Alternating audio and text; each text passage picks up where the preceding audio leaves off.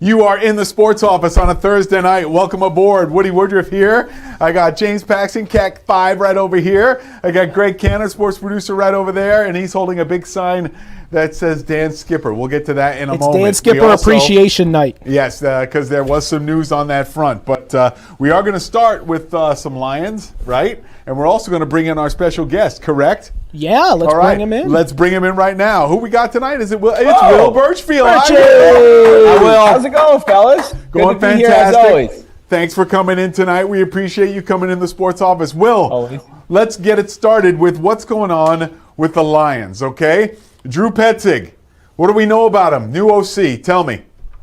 Yeah, I don't think many of us knew a whole lot about him when he was announced as the hire on Monday. And then we were all scrambling to figure out, okay, who is this guy? And my takeaway is that if you remove the lack of cachet, doesn't he represent what the fan base wanted? I mean, he's got 3 years of play calling experience.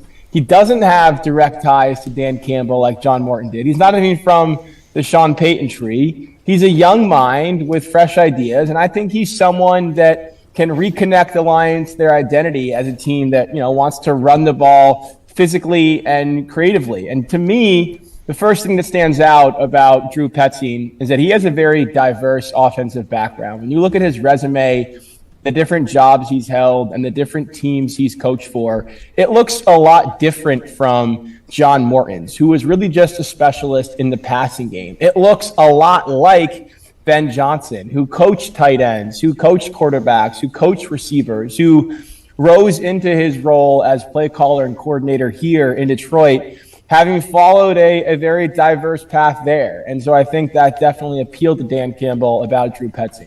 Yeah, I have to agree with that, especially the fit with Dan Campbell, because last year it looked weird and it probably felt weird for Campbell to, halfway through the season or 5 games into the season, really put Morton on the shelf and start pulling out the readers and start calling plays himself. That could not have been a good feeling for him, as we saw. No, yeah, I'm with you. I think go ahead, James. I don't think he wants to call plays anymore. He hasn't flat out said it, Will, but I don't think Dan Campbell wants to call plays. And so you have this newer guy who's going to call plays. You'll get Campbell back to CEO, and then Drew Petzing will be back to calling plays. But is it fair, Will, if they don't fix the O-line, who cares who's the OC?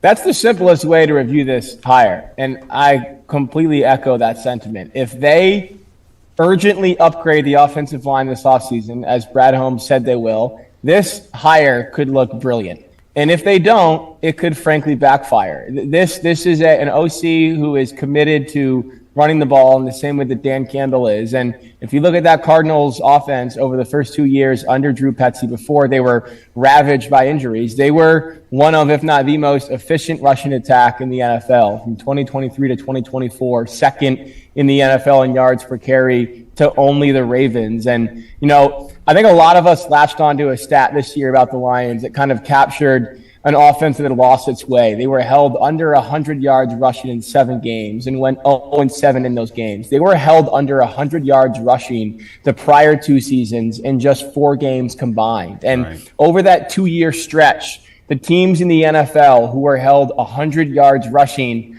the fewest were Baltimore, Detroit, San Francisco, Philadelphia, Buffalo, and Arizona. With Drew Petzing calling plays. And so that's the kind of football that Dan Campbell wants to get back to, where you can smash your way to first downs, you can stay ahead of the sticks, you can control the clock, and you can lean on the opposing defense for 4 straight quarters. Go ahead, Greg. What do you think about? So you've been out there and you've heard a lot of the fan reaction. The fan reaction, we wanted Mike McDaniel, we wanted this big name, but the first thing I thought of was Dan Campbell wants continuity. So when you bring in, if you're going to go after a Mike McDaniel, you're bringing in a guy who could end up leaving for a head coaching job next year. Mm-hmm. Why would you want that? You need a guy who you can be there and say, okay, you got him for 2 years, 3 years, you're playing under the same system, and if for some reason you play amazing and you go nuts and the guy gets a head coaching job next year, that's probably a positive thing because you've gone far in the playoffs. That would be huge. I think there was some truth to what Campbell said when he admitted that one of the perks to calling plays himself, if he went that route, would be that he wouldn't have to potentially replace a play caller in the form of an OC every couple of years. Now, I don't think that would be necessarily a valid reason to not hire McDaniel. If he thought he was going to do so well that he would become a head coach, you'd probably take that chance because it would leave your team in a pretty good spot for next year. I'm not convinced that Dan Campbell and Mike McDaniel, while both being smart and sharp in their own ways, view offensive football through the same lens. And I think Dan Campbell is looking for someone who could come here and execute his offensive vision rather than introducing maybe an entirely new one. And I think he has his guy in Drew Petzing, and maybe the match wasn't there with Mike McDaniel. I think I agree with you on that, Birchie, because the thing that the Lions want to do is play action, right? All the time it's like that. So he wanted to, Petzing, from what I'm reading, wanted to do that in Arizona as well. But with Kyler Murray, it was a little more difficult because he's more of a run-first QB instead of, sitting in there and Jared Goff's not a run-first QB? No, Jared Goff is not a run-first guy, as we all know. So this might be a much better fit for Jared Goff, for Dan Campbell, and I have to think that they're maybe cooking up some things in the meeting rooms right now about how they want to attack next season with this kind of offensive mindset. Yeah, I think that offense in Arizona was primarily shotgun based because it sort of had to be with Kyler Murray, but that'll be a lot different here with Jared Goff. This is a coordinator who, as Dan Campbell said himself before the Lions played the Cardinals last year, operates a downhill, in-your-face offense that plays big boy football. And that's what Dan Campbell wants to do. And I think Dan Campbell would tell you honestly that the Lions failed to do that for most of this season. And part of that was due to an offensive coordinator who lost play calling duties halfway through the year. And then part of it was due, as James pointed out, to an offensive line that wasn't as dominant as it had been in years past. But when you can establish the run, you can attack teams and play action. That will be a big piece of this offense still. Drew Petzing spent 3 years in Minnesota early in his career under then Vikings OC Norv Turner, who is, a longtime proponent of the power run game and the vertical play action passing attack. And those are two staples of this offense at its best under Dan Campbell. And I think next year we'll see the Lions get back to that. They led the league in 2024 when they were hanging 40 and 50 every other week in percentage of play action dropbacks. That was down to about 10th this year. I think we'll see that rebound with Petzing calling plays. Look at Birchie dropping knowledge. Man. I love it. That's those numbers why and we everything. bring him in. That's why we bring him in. Thanks a lot, Birchie. But you know what? Here's what I at least half of it's correct too. I want to know about. I'm not going to check. I want to know about this. Okay, I like the fact that the guy is 38 years old, bringing in some new blood, new ideas, that kind of thing. Almost similar to Ben Johnson in that way, but. My question is this: what about the fan reaction that we saw this week when there was a lot of negativity surrounding Petzing, and we don't even know really what he's about? And then Amon-Ra St. Brown's reaction to the fans when he came out. What do you make of all that, and what do you think? Will he be able to smooth it out? And is this maybe the start of something negative with the relationship? No, I think in regards to Amon-Ra St. Brown, that's just one of the faces of this franchise going to bat for the new OC and sticking up for him publicly while he's under all of this criticism and scorn from the fan base. And look, I'm not going to take any shots at the fans, but I think there were some kernels of truth in what Amon-Ra St. Brown said. I think a lot of people knew the Lions that interviewed Mike McDaniel and didn't know a thing about Drew Petzing and reacted negatively because of that. He was one of the only names that wasn't reported as a candidate here. And I think a lot of people around town had latched on to Mike McDaniel. And when it wasn't him, and when it was someone who was much less heralded, much less shiny, it was easy to react in sort of a rejecting way. I like that. Much less shiny. That was good. I like the way you say that. Well, he's really bald, so it is a lot shiny. Listen, dude, is the thing. Some of us cannot help it. Okay? It wasn't a negative. Jeez. It's just the new OC is bald. That's an objective comment. I guarantee you, in the Lions headquarters out in Allen Park, there are plenty of hats that he can wear, and they say Lions, all of them. It'll be fun. Listen, he's worn lots of hats on his rise up the ranks, so fitting to put a new one on now. Exactly. It is fitting. You know what? Speaking of the ranks, Will, we saw a retirement. I mean, today, Dan Skipper announced it on his Instagram page. And I got something right here for all you fans to see right there, a little Dan Skipper homage, because unbelievably so. He was the final guy on the Woody Wonders segment this year for the Lions, and Dan Skipper was the last guy. So I was happy to see him, and I'm also happy that to hear this retirement news, because he's been around 8 years, all but 3 of the games with Detroit, and it's well-deserved, isn't it, Will? I mean, he's a stand-up guy. Yeah, no, definitely. This is a name that will be remembered in Detroit for a long, long time. And there's not many cities, if any others, in the NFL that would lionize a swing offensive tackle the way that Dan Skipper has been exalted here. He really is an icon, a cult hero for this town, for this team. And ever since that controversial night in Dallas, this entire city rallied behind him. The team rallied behind him. And he's a guy that can walk away from this game having been cut countless times by multiple teams, but ultimately found a home here. And I know that he'll hold a special place in the fans, or in the hearts of Lions fans, for a long time. Yes, he definitely will. And I talked with him about this football card, and it is his only touchdown scored in his career against Buffalo from 2024. The Lions lost that game 48-42, but still a great moment for Dan Skipper. And Woody, after that game, he went directly to the hospital for the birth of his third child, their daughter. His wife was in labor during that game, so I believe she missed seeing Dan score that touchdown, but he was there for the birth of the daughter shortly thereafter. So a pretty memorable day in the life of the Skipper family, for sure. And he was a guy that just left everything on that field, whether he got however many plays he played. Just the emotion that he had after every game, you could see it on the sidelines, on his face when he scored that touchdown. Is just you just really could easily root for a guy like that. Yeah, any single time there was a fight in training camp, Dan Skipper was in the middle of it. You always knew Skipper had pissed someone off somehow. And honestly, Dan Campbell and the coaching staff appreciated that. Someone's got to turn the dial up. In those dog days of training camp, Dan Skipper always did it. Yeah, and he was always cool with us as far as media members go in the locker room, even though he was the player rep and, carried on the mindset of Jalen Reeves-Maybin by kicking all the media out of the locker room. But still, Skipper was a cool dude, and we will definitely miss him as we move on. Now, the next question, Will, is who might be next on the retirement list? I mean, Taylor Decker, Graham Glasgow. I mean, those are a couple of names that we heard earlier. I'm sorry, who? Woody Woodruff? Woody Woodruff? No, Woody has a couple of 5-year contracts left to go through before he deals with retirement. I mean, we might get a firing here if Cat 5 continues the track that he's on. But who might be next? Is it Decker? Is it Glasgow? Both?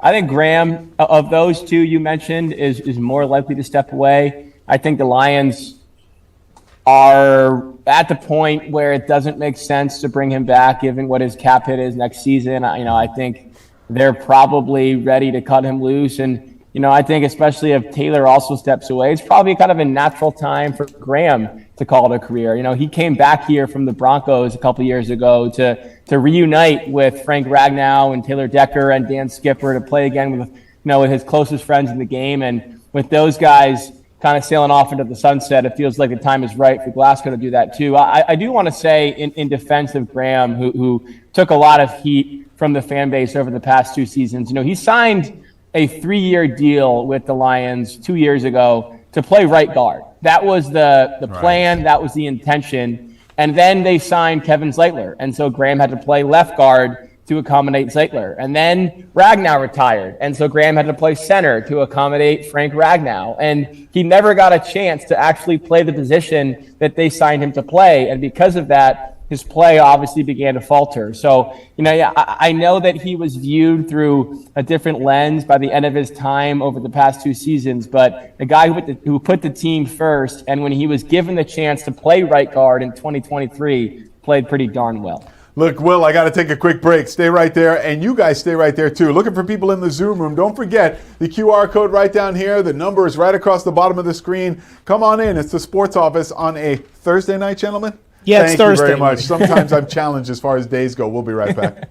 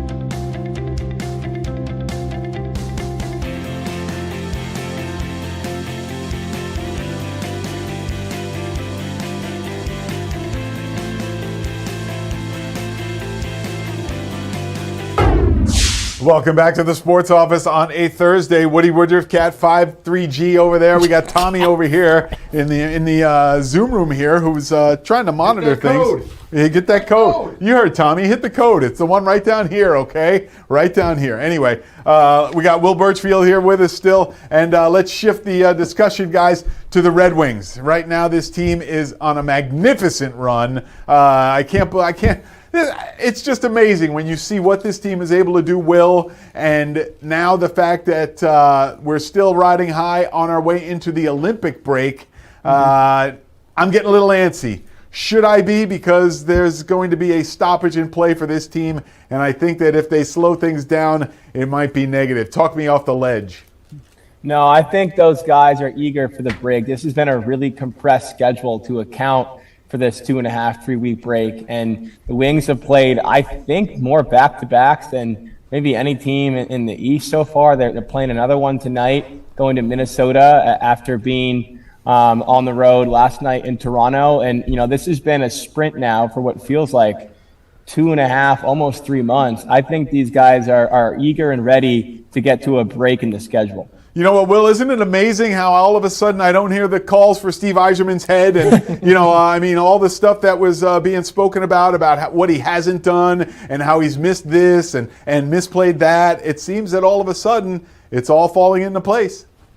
Yeah, it was a quiet offseason, but the one big move he did make was to acquire John Gibson in that trade with the Ducks. And boy, that move continues to look better and better. I think it was blowing up in his face a little bit over the first 2 months when Gibson looked lost and looked defeated on most nights in net. But since December 1st, he leads all NHL goalies in save percentage. He's second to Andrei Vasilevsky in goals against average. He's 16-2 over that stretch. And the Wings, not coincidentally, lead the NHL in points over that stretch. This is a team playing better hockey than it ever has during Yzerman's tenure as GM. Guys, I'm trying to figure out, was it like just a flip of the light switch for Gibson? What do you think? I mean, well, it was also some improved defensive play as well. Their defense isn't fantastic, but the defense improved. And then, you bring a guy in, it takes a little while for you to get used to your teammates' tendencies, all of that thing, whatever system they're playing.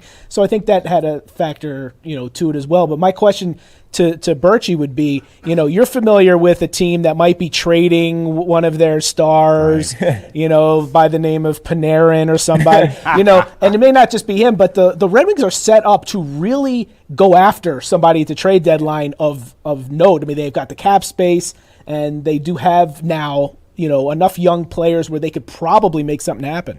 Are we at that? Yeah. And draft picks.